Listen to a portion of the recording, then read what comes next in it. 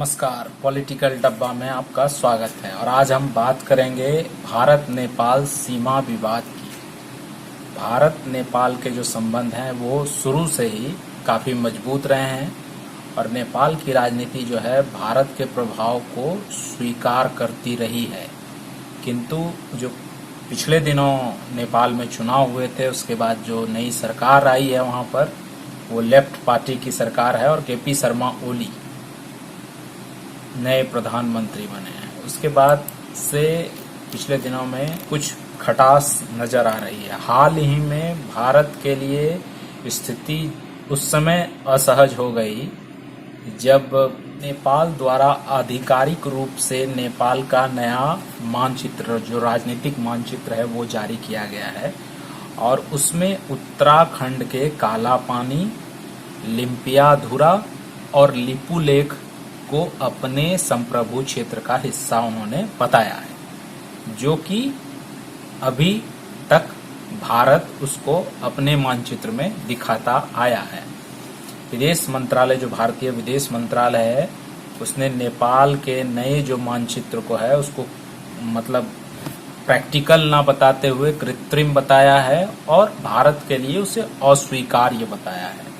दरअसल 2 नवंबर 2019 को भारत ने अपना नया मानचित्र प्रकाशित किया था जिसमें जम्मू और कश्मीर तथा लद्दाख को केंद्र शासित प्रदेश के रूप में दर्शाया गया था और इसी मानचित्र में काला पानी को भी भारतीय क्षेत्र के रूप में दर्शाया गया था। और इसमें जो एक बात है ये कि उत्तर प्रदेश और बिहार राज्य की जो सीमा है उसमें पश्चिमी चंपारण के जिलों पर अवस्थित एक सुस्ता क्षेत्र कहलाता है, तो उसे भी नेपाल ने अपने मानचित्र में शामिल किया है।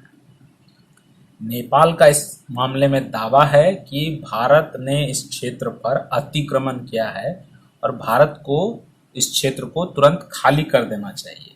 तो खास बात यह है कि नेपाल ने काला पानी क्षेत्र से सटे बॉर्डर पर एपीएफ यानी आर्म्ड पुलिस फोर्स जो है अपनी, उसको भी तैनात किया है। ये जो आर्म्ड पुलिस फोर्स है ये भारत के बीएसएफ और आईटीबीपी की तरह की ही एक तरह से फौज है।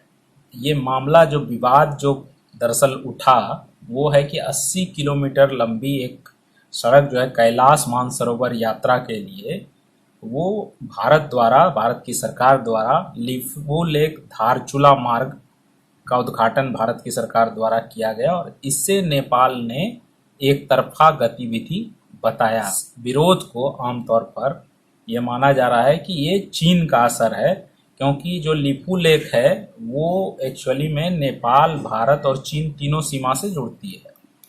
तो और अगर नेपाल भारत के संबंधों की बात करें तो अभी कुछ देर के लिए ऐसा लग जरूर रहा है कि रिश्ते में कुछ खटास आई है, लेकिन सही मायनों में नेपाल भारत का बहुत ही महत्वपूर्ण पड़ोसी है। सदियों से हमारे भौगोलिक, ऐतिहासिक, सांस्कृतिक, सामाजिक, मतलब आर्थिक, हर तरह के रिश्ते रहे हैं। आप देखें तो भारत नेपाल जो है हिंदू धर्म और बौद्ध धर्म के संदर्भ में अगर देखा जाए तो बड़ा ही साझा संबंध रहा है। और सबसे खास बात यह है कि जो भगवान बुद्ध जिनको कहते हैं, वो उनका जन्म स्थान जो है वो लुम्बिनी नेपाल में है। उनका जो निर्माण स्थान हुआ है वो कुशीनगर, वो भारत में है और जहां उनको ज्ञान प्राप्ति हुई वो बिहार के गया में है। आप समझिए कि जो विशेष आधार रहा है भारत नेपाल शांति और मित्रता का, वो संधि हुई थी एक 1950 की। इसके आधार पर वो संधि जो थी वो द्विपक्षीय संधि थी जिसका उद्देश्य एक तरह से घनिष्ठ रणनीतिक संबंध बनाए रखना था। इसी संधि में नेपाल को भारत से हथियार खरीदने की सुविधा भी मिली हुई है इसी संधि के तहत। तो भारत नेपाल जो हैं, जो दोनों के रिश्ते हैं वो बहुत विशिष्ट रहे हैं और सीमा के आधार पर भी अगर देखा जाए तो 1850 किलोमीटर लंबी सीमा जो है शेयर करती है दोनों देश शेयर करते हैं। आप समझिए जिसमें से 5 राज्य आते हैं। भारत नेपाल जो सीमा सटती है उसमें सिक्किम, पश्चिम बंगाल, बिहार, उत्तर प्रदेश और उत्तराखंड जुड़े हुए हैं। भारत नेपाल के बीच जो सीमा का कोई विवाद पहले से नहीं रहा है। लगभग 98% सीमा की पहचान और जो नक्शे हैं उस पर सहमति बनी हुई है। काला पानी को लेकर के पहले से भी थोड़ा बहुत विवाद रहा है, लेकिन एकाएक नेपाल का ये जो बदलाव है, नेपाल का जो ये रुख है, उसके पीछे क्या राजनीति है, क्या कूटनीति है, ये जरूर चिंता का विषय है भारत के लिए। और ज़रूरत है कि इस पर पड़ताल करने की ज़रूरत है। ये माना जा रहा है कि ये कहीं ना कहीं चीन का असर है, क्योंकि चीन जो है वो खास करके जो केपी शर्मा ओली की जब से सरकार आई है, वो नेपाल पर कुछ ज़्यादा ही उनकी दृष्टि बनी है, क्योंकि लेफ्ट फ्रंट की सरकार है एक तरह से। और नेपाल को साधना असल में चीन के लिए भारत को साधने की तरह है, क्योंकि भारत और नेपाल का रिश्ता बहुत प्रगाढ़ रहा है शुरू दिनों से। आप समझिएगा 1816 जो सुगौली संधि हुई थी, उसके बाद 204 साल बाद पहली बार ऐसा हुआ है कि नेपाल ने अपनी सशस्त्र सेना को बॉर्डर पर भेजा है। और ये भारत के लिए जरूर विचारणीय पहलू है। इसमें जो विवाद के जो बिंदु हैं, इस खास तौर से जो उसमें भारत और नेपाल के बीच जो उत्तराखंड का जो पिथौरागढ़ जिला है, वो मतलब लिपुलेख को भारत, लिपुलेख दर्रे को वो पिथौरागढ़ में मानता है और नेपाल उसे अपने धारचूला में बताती है। और उसमें जो है, क्योंकि धारचूला और लिपुलेख को जोड़ती हुई एक सड़क का निर्माण किया गया है, जो एक्चुअली में कैलाश मानसरोवर की यात्रा को मद्देनजर रख के सड़क का निर्माण कार्य भारत के द्वारा किया गया है। उस पर नेपाल ने आपत्ति जताई है। नेपाल ने इस संबंध में सुगौली संधि का जिक्र किया है। 1816 में नेपाल और ब्रिटिश भारत द्वारा सुगौली संधि पर हस्ताक्षर किया गया था।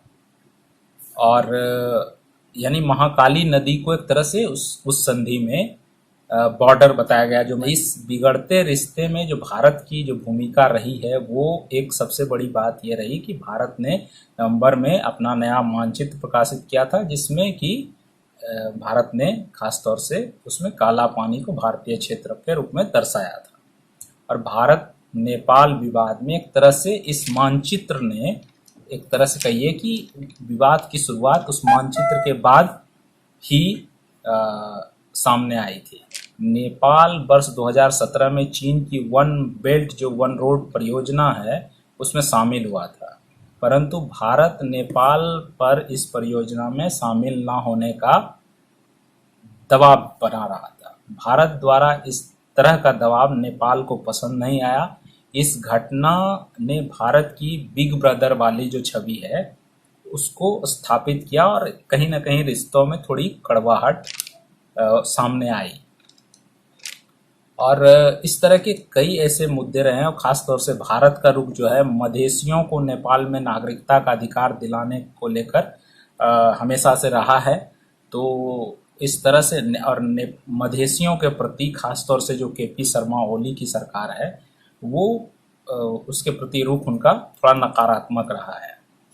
और आप देखें तो चीन का प्रभाव जो है नेपाल, श्रीलंका, पाकिस्तान, बांग्लादेश, भारत के जितने भी पड़ोसी देश हैं उन पर चीन का असर पिछले कुछ वर्षों में काफ़ी तेज़ी से बढ़ा है। और ये एक कूटनीतिक असर भी है भारत की एक तरह से घेराबंदी करने की चीन द्वारा, कि ताकि भारत के जो पुराने विश्वस्त पड़ोसी रहे हैं वो आप समझिए कि किसी भी तरीके से चीन के एक तरह से दबाव में कहिए, मुट्ठी में कहिए, आ जाए।